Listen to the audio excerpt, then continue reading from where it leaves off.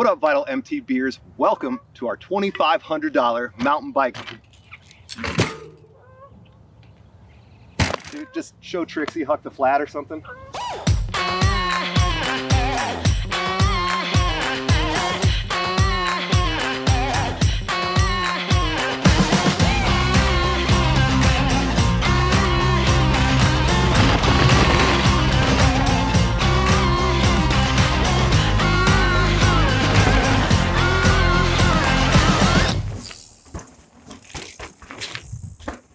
Well, that didn't go as planned, but what's up, mountain bikers? We're stoked to bring you our $2,500 mountain bike comparison test with 4 full suspension 29ers and 4 hard-hitting testers. About a year ago, we compared some $2,000 mountain bikes to see if a new rider buying a bike for the first time could really get a trail-ready bike at that price. We came away with plenty of smiles and tons of respect for the bikes we rode. So this time around, we've bumped the budget up another $500 to see how much of a difference that might make in bike durability and performance. We've been lucky enough at Vital MTB to test some really nice, expensive bikes over the last 11 years. But we always love coming back to a more affordable price point. Though we're calling $2,500 affordable, we know this isn't chump change, and $2,500 spent in the used bike market could get you a really great bike that's only a couple years old. In this era of COVID-19 and bikes being really hard to come by, we were lucky to find 4 full suspension 29ers with travel that ranges from about 120 millimeters up to 140 millimeters. In this travel range, they're considered trail bikes. This is a mountain bike that's made to do a little bit of everything and hopefully do it pretty well. It has more travel than a cross-country bike and less travel than what they call an enduro bike. Every bike we tested was a size medium. They all have aluminum frames, and coincidentally, they all featured 12-speed 1x drivetrains, which means there's a single chainring up front at the cranks and no front derailleur. This keeps the bike simple, efficient, and quiet. While there are some component similarities between the bikes, each bike was definitely its own machine, with its own unique riding characteristics. Our testers see where these bikes shine, who they're best suited for, and what, if anything, could be improved. We'll kick things off with the 2021 Polygon Siskiu T8, which was actually one of the favorites of the test. The retail price is $2,399, and if you're in the USA, the bike must be purchased on the internet via bikesonline.com. You buy the bike, it gets shipped in a box to your door. In the USA, you have to order online. There are no local bike shops that sell Polygon, but other countries around the world may have local dealers. The Polygon arrives partially put together, but requires some general assembly by the new owner. Some basic tools are included with the bike, and instructions are online, but if you're brand new to mountain bikes and not mechanically inclined, instead of building it yourself, taking it to a local bike shop for assembly is an option. Figure it'll probably cost you anywhere from $50 to $100 to get that done. The Siskiu has a lot going for it. Size small comes in 27 5-inch wheels only. Large and XL are 29-inch wheels only, but the medium has a choice of either 27 5 or 29-inch wheels. We're on the 29er. The geometry of the bike is modern with a roomy 460 millimeter reach, playful 66-degree head angle, 76.5 degree effective seat angle, and neutral 430 millimeter chainstay length. And guess the weight. 33 pounds, 8 ounces. 34.5. 35 pounds, 10 ounces. 34. Our Polygon Siskiu T8 out of the box was 34 pounds, 3 ounces, or 15.5 kilograms. The parts that come on the Siskiu T8 are up for some serious riding too. Front and center is the Fox 34 rhythm fork that gets 140 millimeters of travel, and a Fox Float DPS shock handles the bumps eaten by the linkage-driven single-pivot suspension design with 135 millimeters of travel out back. Polygon calls it the faux bar. It's rare to find Fox suspension in this price range, and even with that, the Siskiu also has a Shimano SLX 12-speed drivetrain, the nicest in the test. The Tektro brakes are 4-piston, which means great stopping power, and the 2.6-inch wide Schwalbe tires have plenty of grip. There's a fun 35mm stem in the cockpit, and the paint and graphics on the Polygon may trick onlookers or your friends into thinking you're riding a carbon bike. On paper and on the wallet, this bike is a home run. But how did it perform on the trail? That was the most fun bike, just hopping on right away and going. It had the best adjustable compression of the test. That could really tune the ride to how you want it. So I really, really like the Polygon for that. And it was really comfortable at speed. Some of our favorite things about the Polygon include: It was the most kind of plowy of all the bikes, but it didn't feel heavy. The Polygon had quite a bit of flex in the back end, and it's almost a strength as far as on-trail performance because you get a lot of traction and it doesn't feel kind of clanky. It's not going to skip off stuff. It holds a line really well. I felt super confident right away. It was really responsive turning, and even not knowing the trail, I felt like I could go a little faster because the bike could lean back and forth so easily. I think the build kit on it is also really strong for the dollar. Steep, gnarly trails, you could take it down, you could take it to a bike park. You could take that bike anywhere. Were there any weaknesses that the Polygon had? It was a little more sluggish on the climbs. I think a lot of that had to do with the wider tires. I don't like the fat tires because they're kind of unpredictable. Like if it's like a hard pack turn, like they kind of shake you out of it. And wasn't a big fan of that. Of the bikes, it made the most random bad sounds. The rear tire would rub on the frame, the front tire would rub on the fork, you'd get the occasional clank and weird sound. Well, it did that, a lot of people don't like flex in a bike, and that might be a problem as far as durability down the road. If anything, what would our testers change about the Polygon? Would you upgrade anything? Tires. Get smaller tires. That bigger 2.6 tire, it would wiggle a little bit. You had to have some high pressure to keep it stable. I'd prefer something thinner with a tougher casing. That's really tough because the spec is all kind of right there. Oh, it's fine. Because the stuff that made it weird, I'm like, I think it's the frame. So, yeah. What kind of rider and terrain would get along well with the Polygon Siskiu T8? I think that would be good for maybe a more advanced beginner, intermediate rider. Someone who is a little more able to move the bike around because it did respond really well to inputs. I think that it's really good on more technical terrain. So if you wanted a bike that was, even if you were going to take it to ride lifts, just something that was a little more technical, a little steeper, pointed downhill, I think you would feel really good on it. It's definitely like a kid bike that's trying to make it on social media. Even the colors on it, you could see the kid has clout or whatever. It really is a bike for someone who wants to progress as far as speed. At the other extreme of our test bikes is the Scott Spark 960. But don't let that 120mm rear travel and more XC-oriented geometry fool you. Our testers had a surprisingly good time aboard this bike. It was also the lightest bike in our test. How light was it? 33.8. 35.5. 33 pounds, 12 ounces. 32 pounds, 4 ounces. While not super svelte XC race light, the Spark was a pounder more lighter than anything else in our test at 33 pounds flat. Giving the bike a quick glance, the weight savings is easy to find. It's in the tires. With the 29 by 2.4 Maxxis Recon tires front and rear, a 67.2 degree head angle, and Scott-specific X-Fusion Nude shock with remote twin lock, it's clear that rolling fast and pedaling efficiency is the goal of the Spark. And that's why we wanted to test it. Not everyone's looking for a big monster plow machine for dropping to flat at the bike park.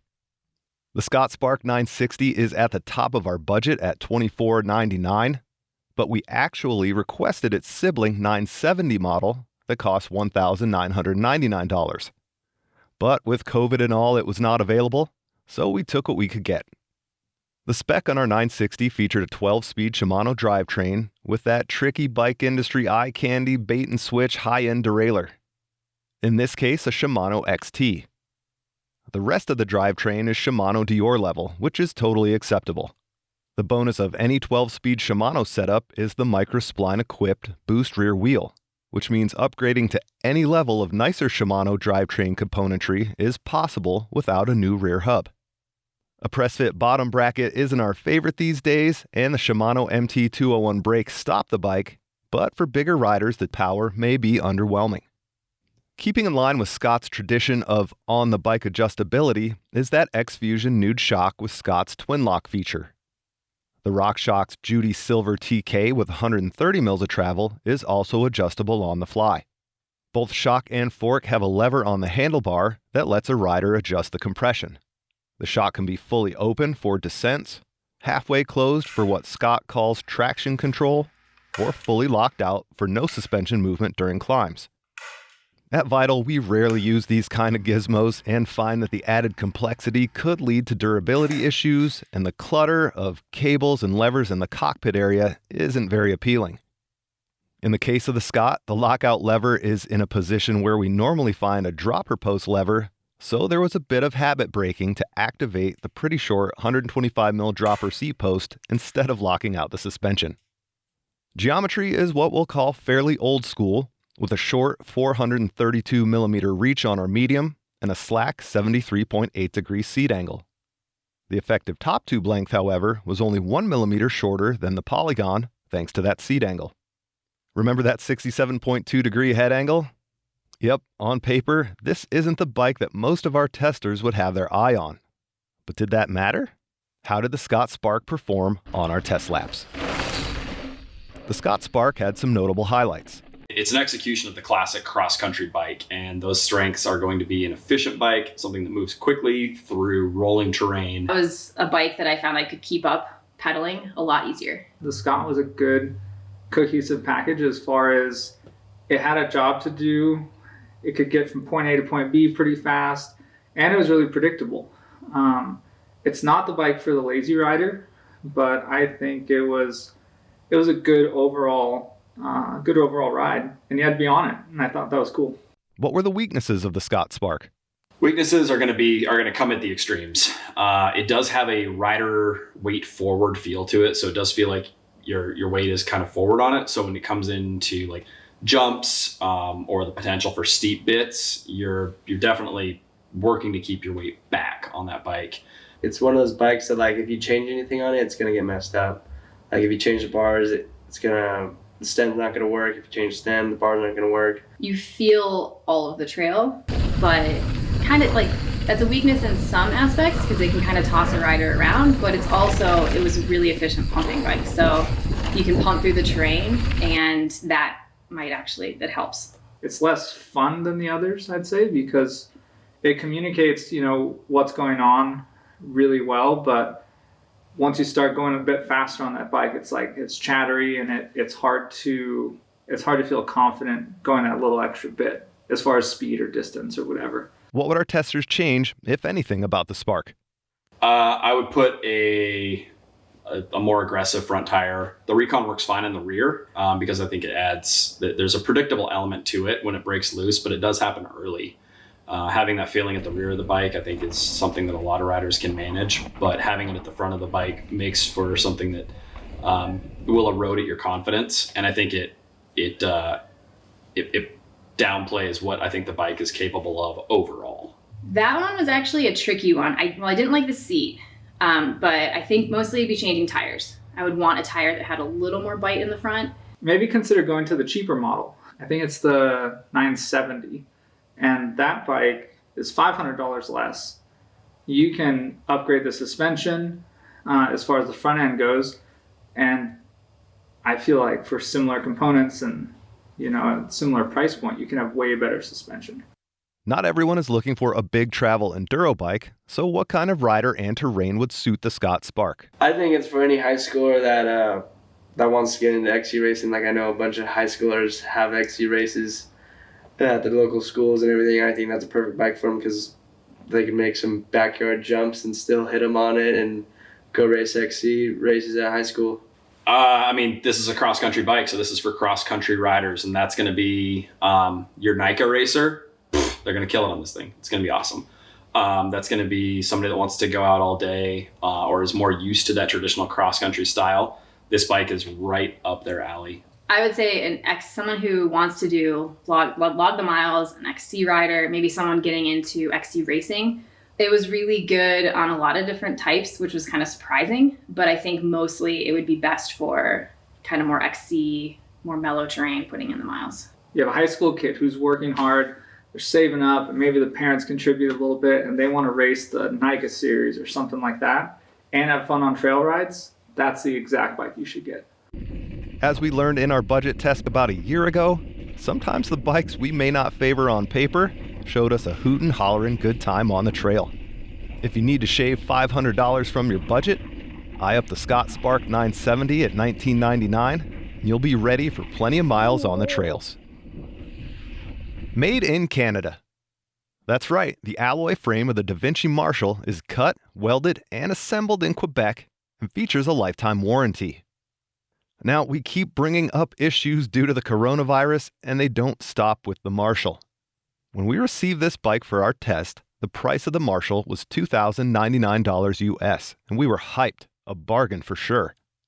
As we were testing the bike, like literally when we were on the trail, we received notice that there would be a price increase, and the Marshall caps our original $2,500 price by coming in at $2,599. We've seen this same thing happen with many bike brands as part supply dwindle, shipping costs escalate, and currency exchange rates remain volatile. But as a consumer, who really cares about business problems? We want a bike we can afford. This price jump is unfortunate to say the least, but thankfully, this Devinci still delivers. We tested the medium Marshall with 29-inch wheels, but sizes extra small and small come with 27 5-inch wheels. Medium, large, and extra large use 29-inch wheels. There are two models that used to be offered at the same price. A SRAM SX version or a Shimano Dior version that were $2,099. We chose the Dior because we prefer the drivetrain performance over that of the SX. The Marshall SX model is now $2,299, while our Marshall Dior test bike is $2,599. Even with this $300 price difference, we would still choose the Dior over the SX because of drivetrain and brake performance and the ability to easily upgrade drivetrain parts. Drivetrain and brakes aside, the SX and the Dior Marshall are the same thing. Rear travel hits 130 millimeters as a RockShox Deluxe R Debonair controls the split pivot suspension design, and a RockShox 35 TK Solo Air fork hits 140 millimeters of travel up front. The tire spec is great for an aggressive trail bike, featuring a 2.5 Maxxis Minion DHF up front and a 2.4 Minion DHR2 rear tire. And another highlight of the Marshall are the double lip sealed enduro bearings on all pivots. All this awesomeness comes at a price though, and not the money kind of price. The Devinci was the heaviest bike in our test. How heavy? 34 pounds, 8 ounces. 36.9. 33.8. I'm going to say 35 pounds, 1 ounce. Our medium Marshall 29er was 35 pounds, 3 ounces. And yes, we double checked that the frame didn't have any leftover poutine in the tubes from the factory. Seriously though, despite the heft, thanks to modern geometry, the bike was ready for serious shredding. Very similar to the Polygon Siskiu in our test, the 460mm reach and 66.5 degree head angle were ready for speed, while the Marshall's longer 435mm chainstays kept that theme moving. The steep 77 degree seat angle helps propel this beast uphill comfortably. Price hikes and poutine jokes aside, how did our testers get along with the Canadian-made Marshall? I thought the Devinci was really easy to ride. It was cool, like it would kind of handle anything on the trail up to a point. You know, it felt tall, like you were almost above the frame. You didn't sit in the bike really. But I think that's super cool for someone who's starting out, because most people, they're like, oh, the rocks are a little gnarly, or a little sketchy, and you can pedal over a lot of stuff. You're not sinking into like a crazy low slack bike. So that bike I found was a lot easier to get up and over rocks than some of the other bikes. I felt like I could get the front end, like when we were climbing a technical trail, I felt like it was a little easier. Because of that, I feel like it might be a little easier for a beginner rider to start learning on and start gaining proficiency.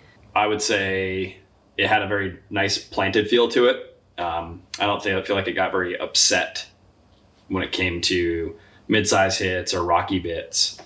It just kind of stood its ground. Did the Marshall have any shortcomings? It took a little bit to trust it at first.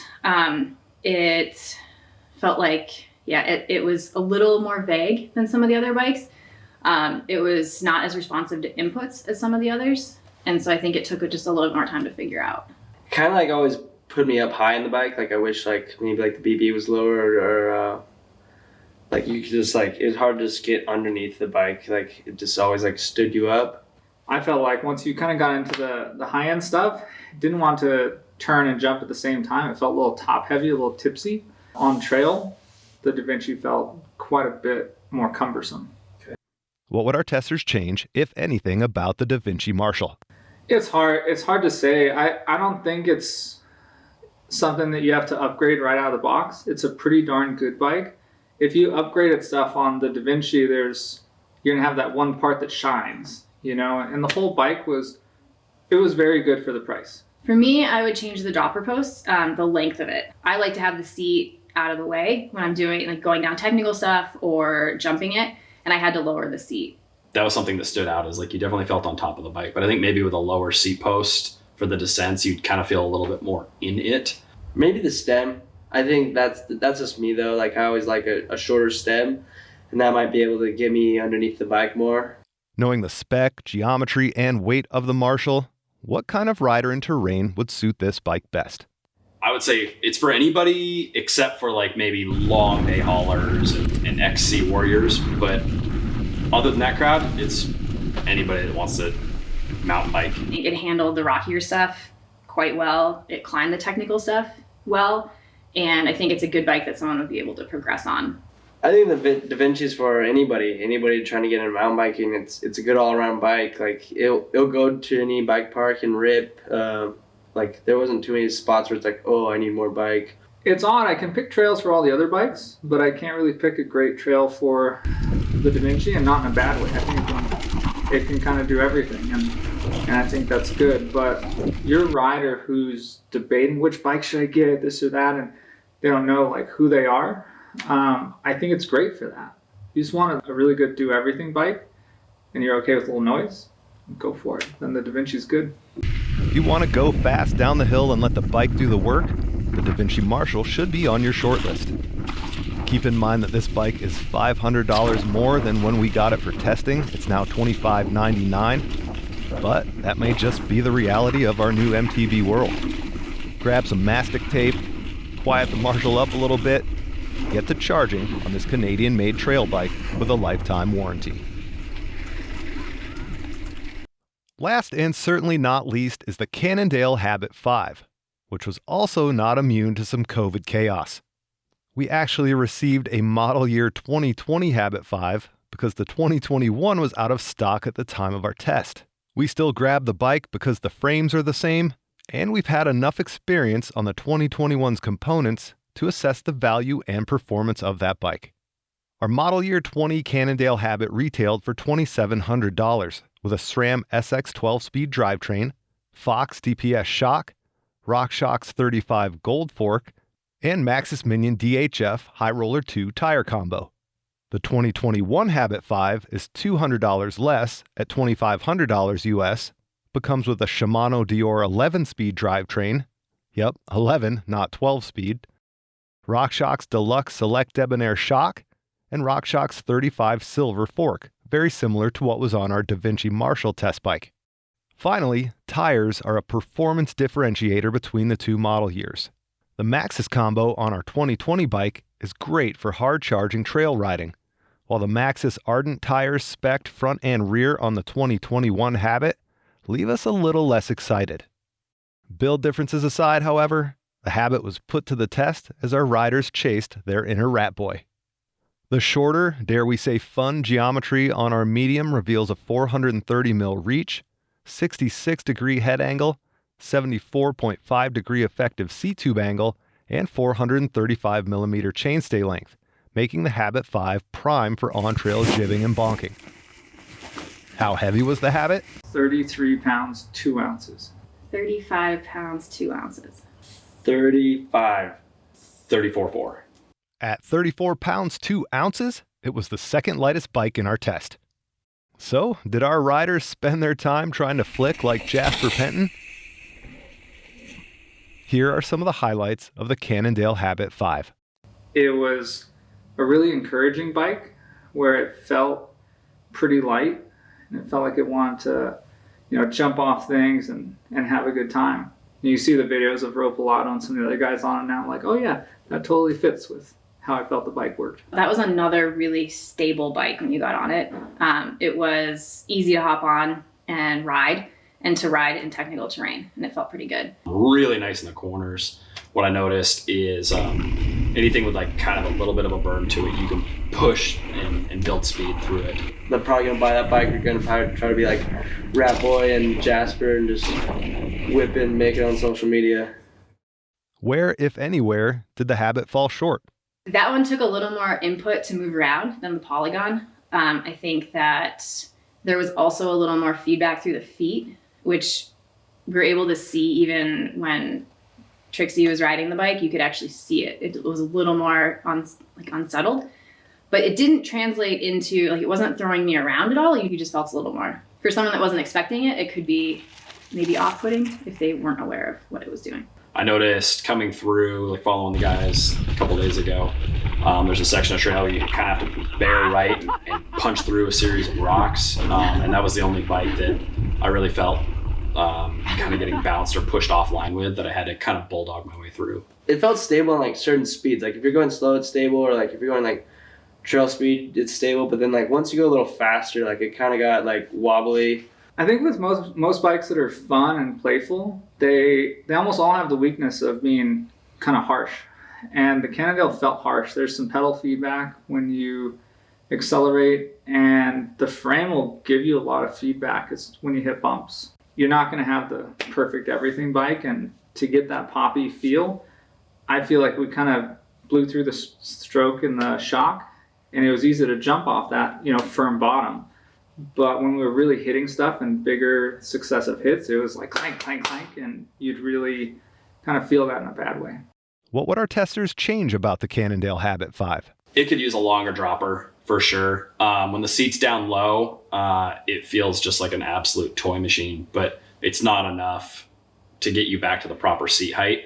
And it is one of those bikes where the lower the seat, the more fun it really is going to be. I wish the dropper on it was a little longer, because we were always fixing it. I mean, if you're going to ride that bike and do tricks and manual, definitely got to lower the seat, and if you're going to ride back up, you got to raise the seat. Yeah, as far as upgrades for the Cannondale, we rode a 2020, and the 2021s come with Ardents, and that almost fits for the bike park fun bike, but a lot of people are far away from that. So for that bike, if you wanted to upgrade something, I'd say make that terrain dependent. If you're on rocky or chunkier stuff, maybe go for a more knobby tire than what the 2021 has on it, like those Ardents.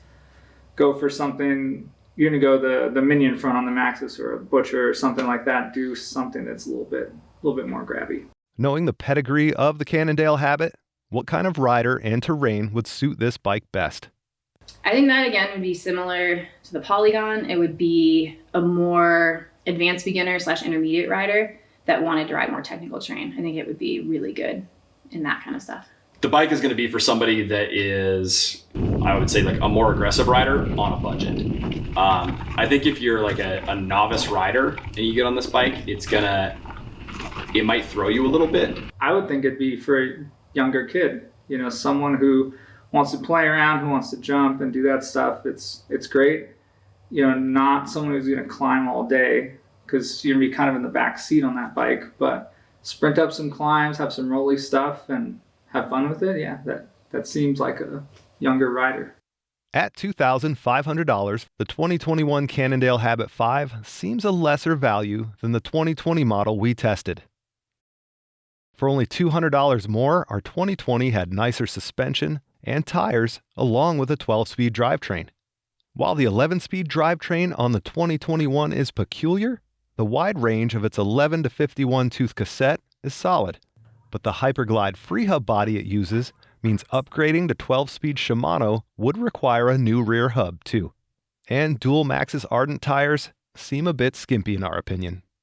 While this trail bike is fun and playful, harnessing the spirit of a rider like Josh Bryceland, the value on the 2021 Cannondale Habit 5 is not quite up to snuff when compared to the other bikes we've thrown a leg over. If you can hunt down a 2020 Habit 5 like the one we rode, you'll be having some good times. Vital MTB would like to thank you for tuning in to our $2,500 mountain bike test. Despite some hurdles, we had a lot of fun, and we hope you found the test informative. Leave your questions in the comments, and we'll do what we can to answer them. In the meantime, don't worry about what bike you're riding, as long as you're riding. We'll see you on the trails.